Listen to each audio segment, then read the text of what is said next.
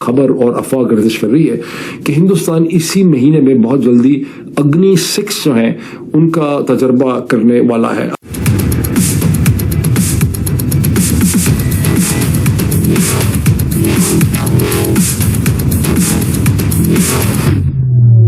याद रखिएगा, मोदी साहब doesn't want to go anywhere, he wants to stay. 10 years project he is telling F-30 वो F5th generation jets 10 year, defence के जरिए 10 year। वो कहेंगे मोदी है तो मुमकिन है। भारत और यूनाइटेड स्टेट्स के बीच the largest ever military exercise Alaska में होने जा रही है। अग्नि जो 5th है उसकी पता नहीं 5000 किलोमीटर के करीब रेंज है।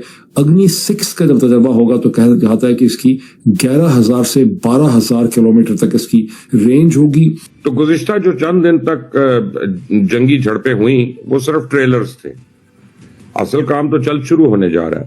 भारत की जो डिफेंस मिनिस्ट्री है उसने अप्रूव कर दिया है एग्जीक्यूशन मॉडल, जो कि advance medium combat aircraft program है, और इसके लिए बहुत सा एरिया जो है उसको नोटिफाई कर दिया, जिसको नोट ऑफ दिस पब्लिक कहते हैं। जो 4800 मील तक के एरिया जो है उसको नोटिफाई किया गया है उड़ीसा के साहिल से। शैतान मोदी ने आज दिल्ली के लाल किले में खड़े होके सिंतास मुआहदे को तस्लीम ना करने और पाकिस्तान का पानी बंद करने का ऐलान कर दिया। कि आजादी हासिल की थी इंडिया ने। हाँ, उनके फ्रीडम फाइटर्स भी हम पढ़ते हैं। हाँ। मुझे ये बताएं क्या वहाँ पे उनके फैसले न्यू दिल्ली में होते हैं या जाके लंदन में होते हैं? सर न्यू दिल्ली में होते हैं। 28 स्टेट देख रहे हैं, हर स्टेट पूरे पाकिस्तान से बेहतर चल रही है। इसकी कहा जाता है कि जो इंटरनल फ्यूल टैंक है that will be 6.5 ton capacity होगी।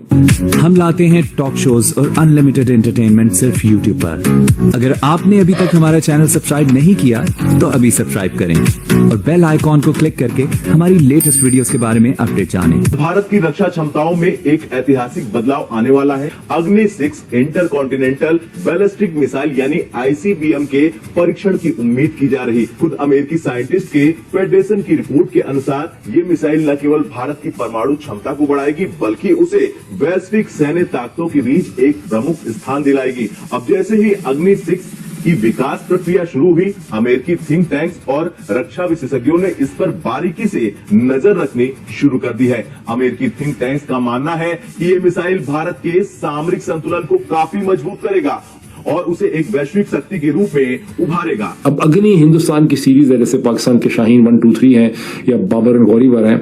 इस तरह जो लॉन्ग रेंज मिसाइल्स हैं, इंटरकॉन्टिनेंटल मिसाइल्स जो हैं, बैलिस्टिक मिसाइल्स जो हैं, उसमें अग्नि 6 अभी तक हिंदुस्तान ने उसका तजर्बा नहीं किया। अग्नि जो 5th है उसकी पता नहीं 5000 किलोमीटर के करीब रेंज है। अग्नि 6 का जब तजर्बा होगा तो कहा जाता है कि इसकी 11000 से 12000 किलोमीटर तक इसकी रेंज होगी, और इसके लिए बहुत सा एरिया जो है उसको नोटिफाई कर दिया, जिसको नोट ऑफ दिस पब्लिक कहते हैं। जो 4800 मील तक के एरिया जो है उसको नोटिफाई किया गया है उड़ीसा के साहिल से, और इसकी जो रेंज है वो अगर बन जाएगा तो वो यूनाइटेड स्टेट्स तक के नॉर्थ अमेरिका तक जो है वो मार कर सकेगा। Having said this, Narendra Modi की स्पीच का तमाम तर फोकस जो है वो सुदर्शन चक्र या डिफेंस मैटर्स पे नहीं था। उनका प्रिंसिपल फोकस इकोनॉमिक्स पे था, डेवलपमेंट पे था। उन्होंने अमेरिका का नाम तो नहीं लिया, लेकिन उन्होंने कहा कि अपने फार्मर्स और अपने फिशरमैन और अपने ट्रेडर्स के मफाद पे किसी किस्म का हिंदुस्तान कॉम्प्रोमाइज नहीं करेगा। हिंदुस्तान क्या, उन्होंने कहा नरेंद्र मोदी की जान चली जाए, नरेंद्र मोदी कभी अपने किसानों पर, चूंकि हिंदुस्तान की आबादी उनके वोटर्स में सबसे ज्यादा किसानों की है, उन्होंने कहा किसानों के इंटरेस्ट पे किसी किस्म का समझौता जो है वो नहीं हो सकता। उन्होंने सेल्फ जो रिलायंस है उसके ऊपर बहुत जोर दिया। उन्होंने ट्रेडर्स को, ताजरों को ये कहा कि अपनी दुकानों के बाहर लगा के रख दें कि हम लिख के रखते हैं, नोटिस लगा दें कि स्वदेशी माल हम बेचेंगे, हम फॉरेन गुड्स को नहीं बेचेंगे। ये वो नारा है जो मेरा ख्याल है कांग्रेस ने 1930s में महात्मा गांधी ने लगाया था, स्वदेशी। तो वो कहेंगे अपनी ही चीजें हमें बेचनी है। उसके अलावा उन्होंने ऐलान किया कि अक्टूबर में जनरल सेल्स टैक्स जो है उसे कम किया जाएगा ताकि कंजम्पशन में इजाफा हो सके। अमेरिका का उन्होंने नाम नहीं लिया, लेकिन सारी की सारी चीजें जो हैं उनकी और डोनाल्ड ट्रंप के दरमियान में इस वक्त जो खींचातानी चल रही है, ये उसके नतीजे में उनके काउंटर मैयर है, और ये पैगाम भी उन्होंने दिया है। और ये अग्नि 6 का अगर एक्सपेरिमेंट भी होता है तो ये भी अमेरिका को एक पैगाम होगा, लगता तो ये देखने में। 3 सूरतें हैं जिसमें पाकिस्तान सोच सकता है कि वो न्यूक्लियर वेपन इस्तेमाल करे जी। एक सूरत ये है कि आप हमारी कराची के नेवल ब्लॉकेट कर दें और सामान को आना जाना से रोक दिया जाए, तो which will create a very big problem for us, existential issue बन जाएगा। दूसरा ये कि आपकी फौजें जो है वो इस हद तक पाकिस्तान के अंदर आ जाएं कि ऐसे लगे कि कराची और लाहौर और साउथ और नॉर्थ को काट दिया है और पाकिस्तान को तोड़ने का पूरा मंसूबा भी तैयार है और बन भी रहा है, तो we will use nuclear weapons. और अपने सॉइल के ऊपर, अपनी जमीन के ऊपर ही आपके खिलाफ न्यूक्लियर वेपन्स इस्तेमाल करके, टैक्टिकल न्यूक्लियर वेपन्स करके आपको उड़ा देंगे। और तीसरी बात यह कि अगर आपने हमारा पानी रोकने की कोशिश की, और पानी हमारा, क्योंकि उसके वही सारी सिविलाइजेशन ही, इंडस वैली की जो सिविलाइजेशन है वो पानी पे डिपेंड करती है, और अगर आपने ऐसे किया तो हम न्यूक्लियर वेपन इस्तेमाल करेंगे टू डिफेंड आवरसेल्व्स। तो उसने मुझे कहा कि, आपको याद होगा करण ने मुझे कहा कि एक्चुअली आप करेंगे, तो उसके ऊपर फिर मैंने जवाब ये दिया, मैंने कहा ये मेरा मौकफ है कि ये ऐसे हमारी सोच है और ये सोच सही है, बिकॉज हमने ये न्यूक्लियर वेपन्स फुल चढ़ी गई या दिवाली के लिए तो नहीं किए थे ना हम। तो इसलिए ये डिटरेंस है और ये समझ भी आनी चाहिए आपको। हमें किसी किस्म की शर्मिंदगी नहीं होनी चाहिए इस चीज के ऊपर। अगर हमारी जान और जिंदगी इस मुल्क की दाव पे है और इंडिया अगर इस किस्म की हरकत करेगा तो वील यूज न्यूक्लियर वेपन्स, ऐसी की तैसी। और यही हमारी सोच है और यही हमारी स्ट्रेटेजिक थिंकिंग है, जिसके पीछे हमने ये सारे अपने डिटरेंस क्रिएट किया। सो मैं तो बिल्कुल डिफेंसिव नहीं हूँ इस चीज के ऊपर। लेकिन सेठी साहब, जो इंडियन मीडिया है वो ये कह रहा है कि इस बयान के बाद अब वक्त आ गया कि पाकिस्तान की न्यूक्लियर सलाहियत को सल्ब कर लिया जाए, क्लिप कर दिया जाए न्यूक्लियर कैपेबिलिटी को। असल में इस बयान को बहाने के तौर पर इस्तेमाल किया जा रहा है। नहीं, वो फर्क नहीं पड़ता, मैं कर नहीं सकते, इनके बस की बात नहीं है, किसी के बस की बात नहीं है कि आप पाकिस्तान का न्यूक्लियर प्रोग्राम को टेक आउट कर लें। भारत की जो डिफेंस मिनिस्ट्री है उसने अप्रूव कर दिया है एग्जीक्यूशन मॉडल, जो कि advance medium combat aircraft program है। और वो कहते हैं कि जी हम medium weight deep penetration fighter jet जो है उसको अहमियत देने वाले हैं। और दिस इज रिक्वायर्ड, ये जो नई, वो जिसे कहते हैं ना, अपनी एयरफोर्स को सपोर्ट देने के लिए।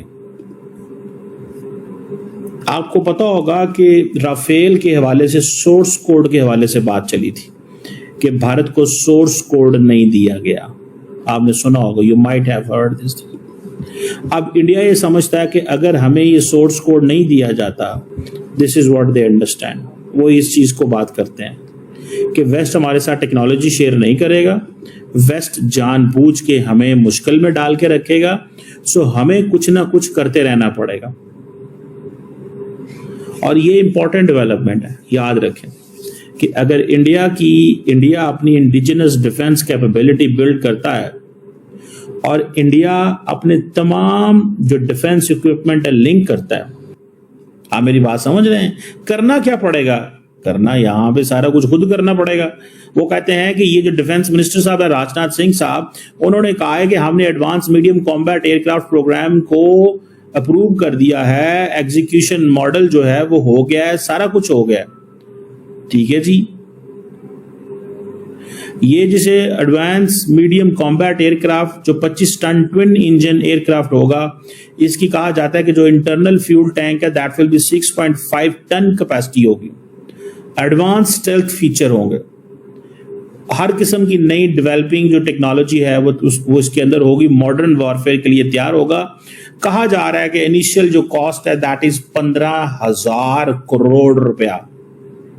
और ये जो 5th जनरेशन फाइटर जेट है, इसका मकसद ये भी है कि जो इलेक्ट्रॉनिक पायलट पावर्ड जो है उसको बूस्ट करना बाय AI, ताकि जो डिसीजन मेकिंग है उसको एडवांस सतह पे लेके जाए। This is very significant. तो आपको ये वीडियो कैसा लगा कमेंट बॉक्स में जरूर लिखिए, इस वीडियो को लाइक कीजिए, शेयर कीजिए, सब्सक्राइब करना ना भूलिए आपके चैनल EFC और जेड को। मिलते हैं अगली वीडियो में। जय हिंद।